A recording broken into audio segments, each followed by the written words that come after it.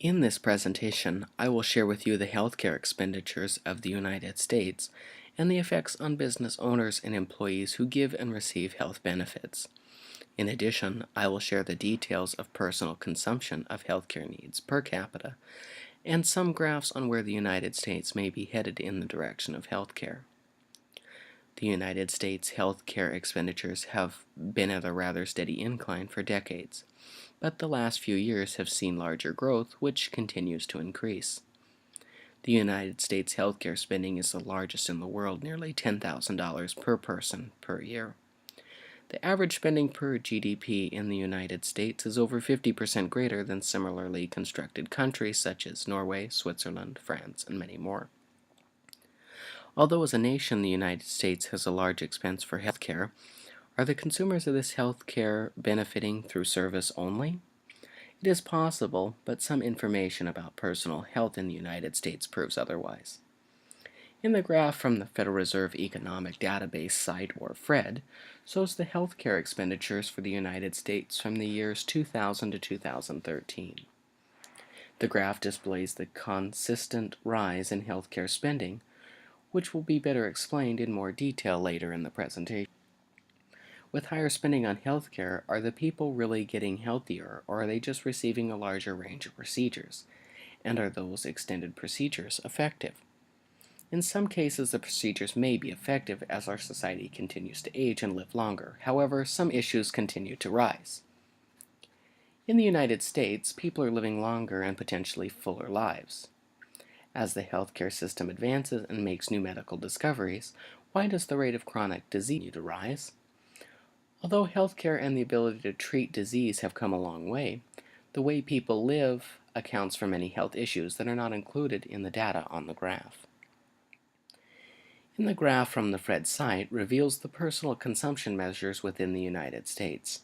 In many cases, as the cost for healthcare coverage plans continue to rise, the medical treatment and coverage the plans provide seem to decline more and more. This in turn allows the graph to have such a steady incline in consumer spending on healthcare.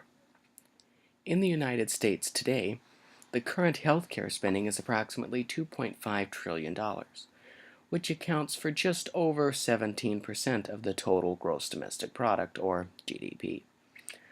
Some decades earlier, around 1960, during the end of the baby boom era, the healthcare system accounted for just about 5.2% of the total GDP.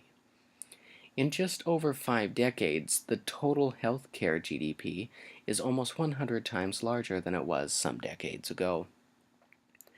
In the Federal Reserve Economic Database site graph, the increase in healthcare expenditure is displayed. According to the Federal Reserve Economic Database site, or FRED, the increase in healthcare expenditures is approximately $1.1 trillion in the year 2000. Within the last few years, healthcare expenditures have over doubled to nearly $3 trillion in 2012, according to the FRED site.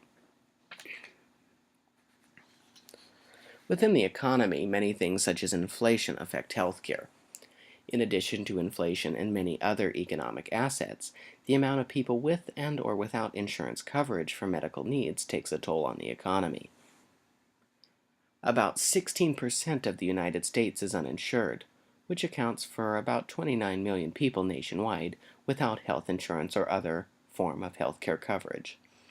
Compared to the rest of the developed countries around the world, the United States rate of uninsured population is a higher percentage. Some issues people find with gaining healthcare coverage, whether through an insurance agency or government assistance program, is the price. Along with cost issues, people don't understand why they need to have the coverage when they don't use healthcare facilities. In addition, people don't understand or have the want for insurance and are okay with paying the fines that come along with not having insurance. Healthcare in the economy fluctuates with positive and negative externalities because of the constant change in demand and supply of healthcare agencies and facilities. Businesses are affected differently. When introducing business and the effects healthcare has on the working class, the amount spent per year has risen and has increased the rates and or premiums for business owners who supply their employees with health benefits. In the graph from the FRED site, is the employer, employee, and one's personal consumption of healthcare over the last few years. The graph shows a rather constant flow in the employee's benefits over the years, but the employee's benefit costs have dramatically risen between the years 2011 and 2013. In recent years, it has begun to level out at a major increase. The increase may have been affected by the recession at the time, along with the addition of the Affordable Care Act of 2010. One's personal consumption of the benefits have also been rising, but over a longer period of time. Therefore, the personal consumption line doesn't seem to be out of place or shocking. The current healthcare system within the United States accounts for about 1/6 of the entire economy. Within the healthcare system, offices such as dentists, outpatient clinics, and Veterans Affairs offices take part in the wide social aspect of healthcare. All of these aspects create this system we all use and pay for to better ourselves.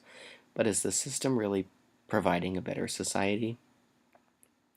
In the graph from the Federal Reserve Economic Database site, or FRED, we can see the changes in healthcare employment from the years 2000 to 2015. The graph seems to be normal over the decades, but may be in need for a change.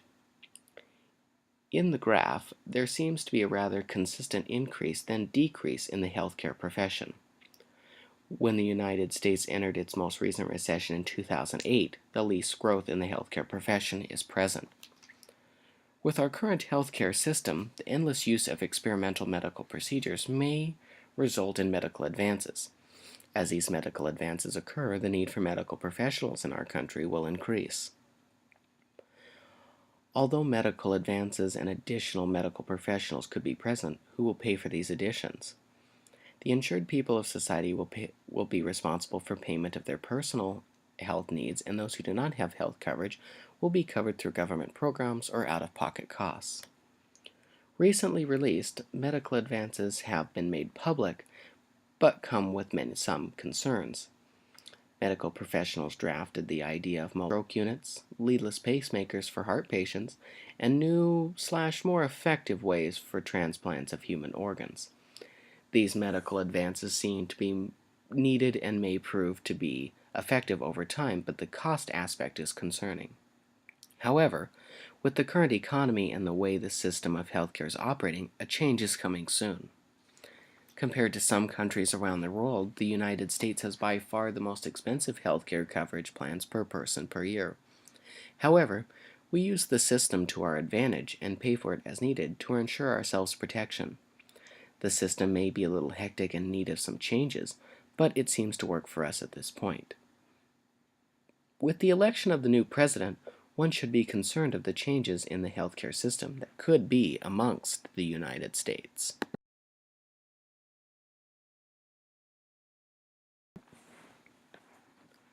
In this presentation,